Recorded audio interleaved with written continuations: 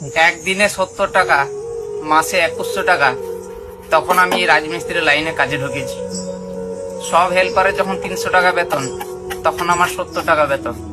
তখন 70 টাকাতে আমি অনেক খুশি ছিলাম, কারণ আমি দুবেলা দুমুঠা ভালোভাবে খেতে পারতাম। তখন আমার কাছে ওই 2100 টাকাটা আমার কাছে 10,000 টাকা। এটা কিছু মানেন না নাই মানেন। আমার জীবনে যা ঘটেছে, আমি জীবনে যা কষ্ট করেছি, হয়তো আমি আমার লাইফেই বলছি। রাজমিস্ত্রি কাজ করে যদি ভাবেন জীবনে কিছু করব, তো ভুল ভাবছেন।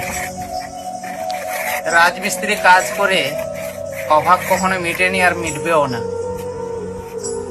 যখন আমার 8 বছর বয়স, তখন থেকে আমি কাজ করছি। এখন হতে গেল প্রায় 26+। জীবনে কখনো কিছু করতে পারিনি, শুধু খাওয়া হয়, এর ছাড়া কিছু হবে না।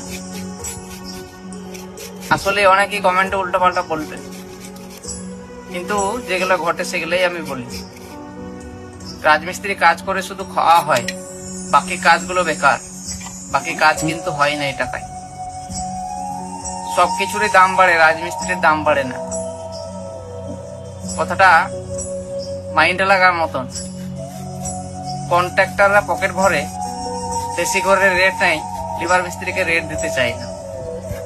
লেবার মিস্ত্রির কাজ দেখে রেট দেয়, আর নিজে পকেট ভরে নিজের বইয়ের জন্য সোনা গয়না সবকিছু করে দেয়। লেবার মিস্ত্রি টাকা আটকিয়ে নিজের বইয়ের সোনা গয়না বানিয়ে দেয়। লেবার মিস্ত্রি টাকা আটকিয়ে নিজের পরিবারটাকে ভালোভাবে রাখে। লেবার মিস্ত্রি কি করছে তার দিকে ধ্যান থাকে না। জীবনে অনেক কিছু করে দেখলাম ভাই।